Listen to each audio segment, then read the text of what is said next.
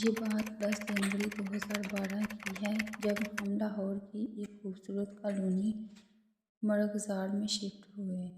ये एक किनार का खूबसूरत घर था। इस घर में 5 कमरे, एक किचन, एक ड्राइंग रूम और एक बड़ा सा लॉन था। मेरी फैमिली में मेरे पेरेंट्स और हम 4 भाई और 3 बहनें हैं।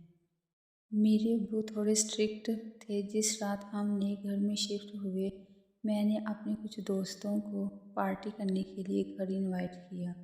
अभी हमें उस घर में आए कुछ ही दिन हुए थे कि हमें छत से अजीबोगरीब आवाज़ें आने लगीं। अक्सर रात को किसी के रोने की आवाज़ आती।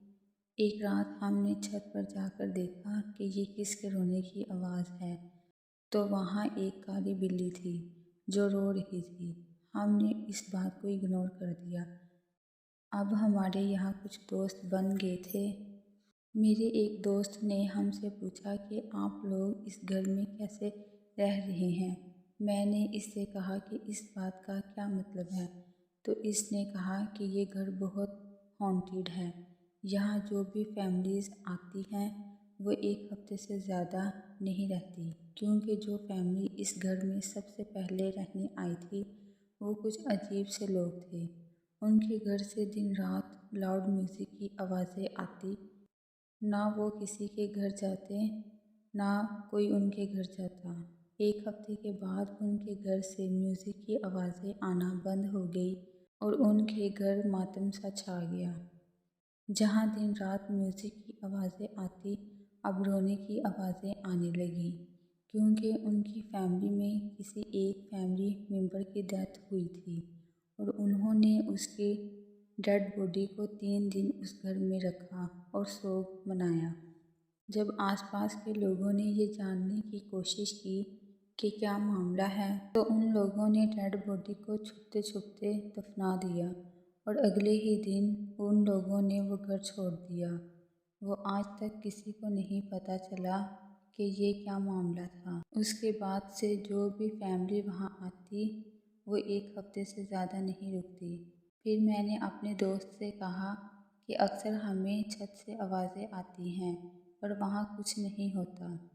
एक रात मैं दोस्तों के साथ बाहर था और घर आने में देर हो गई, इसलिए मैं गेट से कूद कर गार्डन में चला गया।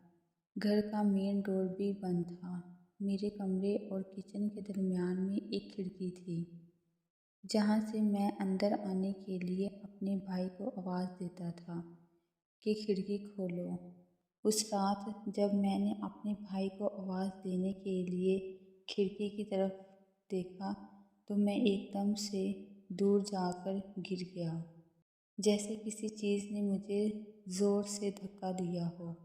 जैसे ही मैं उठकर खड़ा हुआ तो देखा ज़मीन पर पानी था। मैंने सोचा कि शायद मैं पानी की वजह से स्लिप होकर गिर गया हूँ, लेकिन ये पानी में स्लिप होकर गिरने जैसा नहीं था। ये ऐसा था जैसे किसी ने मुझे धक्का दिया हो, लेकिन मेरे अलावा और कोई नहीं था वहाँ, इसलिए मैंने ये बात इग्नोर कर दी और मैं घर के अंदर चला गया। फिर कुछ दिन बाद मैं अपने दोस्त की शादी पर गया हुआ था और बाकी भी घर पर कोई नहीं था, सिर्फ मेरी सिस्टर्स थी। दोपहर के 12 बजे का टाइम था और मेरी सिस्टर्स को ऐसे आवाज़ आई जैसे कोई चाकू तेज़ कर रहा हो। वो बहुत खौफज़दा हो गई और फिर उनको ऐसे आवाज़ आई जैसे कोई छत पर दौड़ रहा हो। फिर उनको सीढ़ियों पर एक परछाई नज़र आई। वो देखकर बहुत डर गई और चीखने और चिल्लाने लगी। इतने में मॉम और डैड आ गए, तो उन्होंने सब कुछ बताया।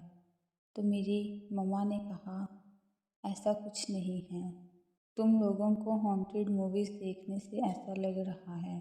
फिर हमने इसके बारे में ज़्यादा नहीं सोचा। अगले दिन मेरे मामू की फैमिली हमारे घर आई। जब हम रात का खाना खाने के लिए डाइनिंग टेबल पर बैठे हुए थे, तो मेरा बड़ा भाई हाथ धोने के लिए वॉशरूम में गया, तो उसने ऐसा महसूस किया कि जैसे उसके पीछे कोई खड़ा था। उसने एकदम से पलट कर देखा तो वहाँ एक छोटा सा बच्चा खड़ा था जिसकी आंखों से खून निकल रहा था। उसके कान बहुत बड़े थे, उसके दांत बड़े और नुकीले थे और वो इसके इर्द गिर्द घूमने लगा।